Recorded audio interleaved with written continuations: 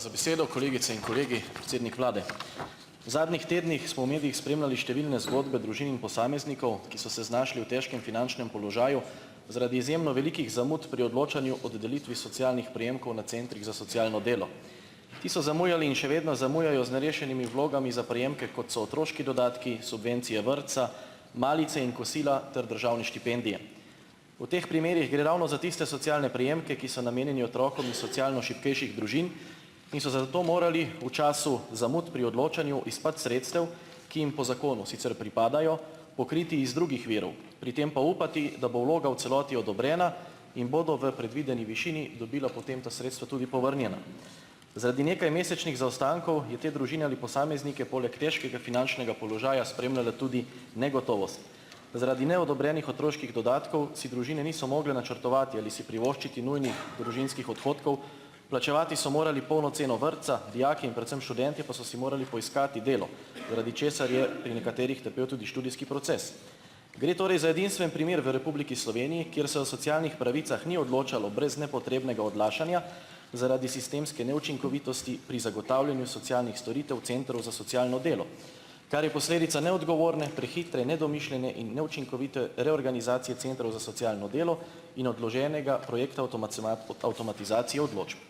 Ta dva projekta sta zasnovala in začela v prejšnjem mandatu v času ministrovanja ministrice doktorice Anje Kopač Mrak in potekale vse do oktobra 2018, ko je mandat že nastopila aktualna ministrica. Kljub opozorilom je uvajanje informacijske podpore reorganizaciji potekalo ravno v prvem tednu oktobra. In zato informacijski sistemi centrov niso bili dostopni ter upravičenci niso mogli oddajati e-vlog preko portala e-uprava. Ravno v tem času pa je na centrih za socialno delo tako kot vsako leto prišlo do povišanega števila vlog zaradi začetka šolskega in študijskega leta. Povišanje vlog je torej okoliščina, ki bi jo bilo mogoče predvideti in začetek reorganizacije prestaviti na nekaj mesecev kasneje, ko delo centrov za socialno delo ni toliko obremenjeno. Posledica tega je tudi predlog spremembe zakona o uveljavljanju pravic iz javnih sredstev, ki smo ga imeli v novembru 2018, s katerim je bil iz zakonodaje umaknjen masovni avtomatični informativni izračun za letne pravice. Glede na takšen razplet lahko sklepamo, da so se velike predvolilne obljube o modernizaciji in avtomatizaciji sistema socialnega varstva sprevrgle v svoje nasprotje. Zato me zanima, kdo je odgovoren in kako bo odgovarjal za nastalo materialno in nematerialno škodo socialno ogroženim družinam in ostalim posameznikom? Ali menite, da je doktorica Anja Kopač Mrak po vsem tem še vedno primerna za funkcijo državne sekretarke v vašem kabinetu? Koliko je stala reorganizacija centrov za socialno delo in koliko njena promocija v javnosti, predvsem pred volitvami? Ali boste pripravili novo organizacijo, predvsem pa kaj boste storili, da jeseni ne bomo priča ponovitvi tega primera? Hvala lepa. Hvala, gospod poslanec. Gospod predsednik vlade, imate besedo. Hvala lepa za vprašanje. Mislim, da je vprašanje zelo, bom rekel, na mestu, glede na to, kaj se je dogajalo, in ste že sami detektirali kar nekaj stvari, ki so se dogajale. Z vami se moram strinjati, da dan reorganizacije ni bil izbran pametno, se pravi 1. oktobra, ko je največ teh vlog. Priliv vlog za uveljavljanje pravic iz javnih sredstev je takrat res enormen in zato se moram žal z vami strinjati, da datum ni bil pravi.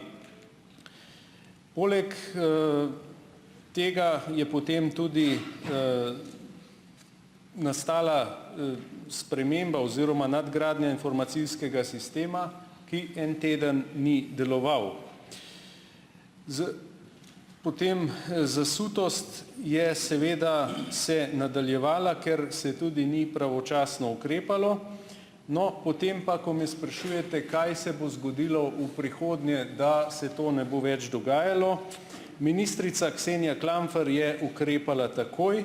Za izplačilo štipendij in denarne socialne pomoči je oktobra oziroma decembra odredila dodaten rok in tako preprečila, da bi upravičenci ostali brez prejemkov. Zaposleni na centrih za socialno delo so opravljali nadurno delo oziroma ga še, nekateri tudi ob koncih tedna. Iz prejetih poročil vseh 16 centrov izhaja, da je glavnina vlog rešena. Zaostanke ima le še ljubljanski center za socialno delo, vendar je ministrica krajevno pristojnost za obravnavo teh vlog prenesla na druge centre po državi, ki zaostankov niso imeli. Tako je na današnji dan od prej 5300 nerešenih vlog ljubljanskega centra, takšnih le še 615 vlog.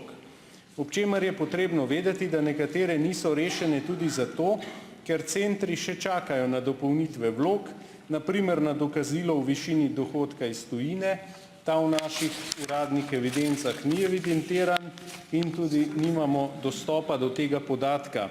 Skratka, del teh zaostankov je tudi posledica neodzivnosti strank. In ta neodzivnost pogosto vpliva tudi na trajanje postopkov, se pa strinjam, da to ni glavni problem. Naj pa v izogib vtisu, da na centrih za socialno delo vlada kaos, povem, da centri odločbe večinoma izdajajo v zakonsko določenem roku 2 mesecev od prejetja vloge, zlasti ko gre za denarne socialne pomoči in varstveni dodatek. Poleg tega imajo pri reševanju vlog prednost socialno ogrožene družine. Verjamem, da se v bodoče to ne bo ponavljalo in s 1. 3. bo uveden nov sistem Krpan, ki bo zaposlenim olajšal delo z dokumentacijo. In nenazadnje, odobren je tudi dodaten kader, tako da verjamem, da v bodoče se to ne bi smelo dogajati. Moram pa tukaj ministrico pohvaliti, da je bila ažurna in da je tudi glede druge problematike ravno taka in verjamem, da v enem letu dni bomo že videli napredek, ker tudi osebno sprejema ljudi, ki imajo težave in se res osebno angažira. Hvala, gospod predsednik vlade. Gospod poslanec, izvolite. Hvala. Ja, premier, strinjava se, zagotovo niste vi edini, ki je za to odgovoren. To je pač delo prejšnje ministrice. Deloma tudi zaradi tega, ker je takrat stranka Modernega centra ministrici postavila ultimat, da bo glasovala proti njeni interpelaciji, vekolikor v nekaj mesecih pripravi načrt reorganizacije centrov za socialno delo. Takrat smo opozarjali, da takšni rokohitrski ukrepi ne bodo prinesli željenega, potem je šlo v reorganizacijo iz 62 centrov na 16, ki so potem te vloge reševali in zgodilo se je točno to. Kar bi lahko vi ukrenili, je to, da junija, ko je, mislim, da sindikat teh delavcev opozarjal, da so preobremenjeni, da bi prestavili spreminjanje tega informacijskega sistema in do tega kolapsa ne bi prišlo. Skratka, za nekaj mesecev bi se zamaknilo, ne pa da se je šlo ravno takrat septembra in oktobra, ko je naval zaradi začetka šolskega leta največji. In tudi aktualna ministrica je večkrat javno izrekla kritiko na račun prejšnje ministrice, doktorice Anje Kopač Mrak, kajti takrat smo že opozarjali, reorganizacija centrov za socialno delo pomeni nič drugega kot več zaposlenih za tiste, ki so seveda člani stranke Socialnih demokratov. In zaradi tega, gospod premier, me zanima, ali menite, da je na podlagi vsega, kar se je zgodilo, na podlagi tega, da je mamica s 3 otroki, ki je vlogo dala začetek septembra, ponavadi dobila odgovor v 2 tednih, tokrat pa 18. januarja, pa je še na 10 000 takih primerov, ali je Anja Kopač Mrak še vedno primerna za to, da je državna sekretarka v vašem kabinetu, kako je s to digitalizacijo in pa informacijskimi sistemi, nenazadnje imate tudi v koalicijski pogodbi, da boste te rutinske birokratske zadeve skušali čim bolj digitalizirati, če temu tako rečeva, in pa koliko je vse to stalo.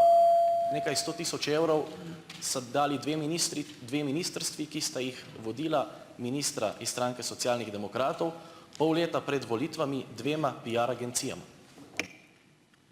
Hvala, gospod poslanec. Gospod predsednik vlade, izvolite.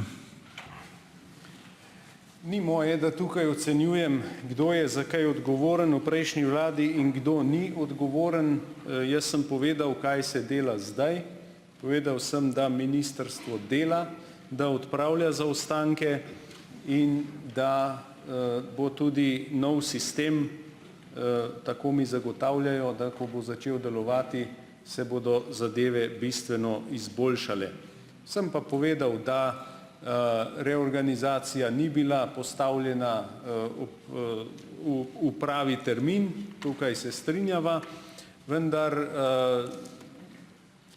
se je potrebno vprašati, zakaj je do tega prišlo na tak ali drugačen način, ampak ni moje, da danes sodim, kdo je za kaj primeren. Jaz sem tukaj od 13. oziroma ja, od 13. septembra vodim operativno vlado in če bi vse reševal, kaj je bilo prej, bom tu pa tam še kaj moral povedati, seveda, kaj se je prej zgodilo, pa česa ni bilo, ampak ne bom pa danes ocenjeval, kaj je kdo naredil in česa ni naredil, ker moram reševati današnje probleme, ki so na mizi. Hvala. Hvala, gospod predsednik vlade. Gospod poslanec, beseda je vaša. Hvala. Ja, s tem se pa ne morem strinjati in to ste tudi sami dokazali, ne. Na podlagi ocenjevanja preteklega dela, ocenjevanja preteklega mandata ste, kakor smo iz medijev lahko izvedeli, nenazadnje odločili, da Irena Majcen ne more biti ponovno ministrica ne za okolje, ne bodisi za kmetijstvo, ne. To se pravi, da ste že v aktualnem mandatu na podlagi dela, ki ste ga ocenili nekako za nazaj, odločali o posameznikih. Ne vem, zakaj se ne morete odločiti oziroma ne želite in ste tako selektivni, ko pa gre za državno sekretarko v vašem kabinetu, doktorico Anjo Kopač Mrak. Seveda je nastala škoda, ki bo na nek način povrnjena. Verjetno ne tistim, ki so glede na to, koliko so dobili, bodisi štipendij, bodisi otroškega dodatka v preteklem letu, na podlagi tega načrtovali svoje izdatke v zadnjih mesecih leta, tudi zdaj, januarja, februarja, tem se ne bo moralo povrniti, ne.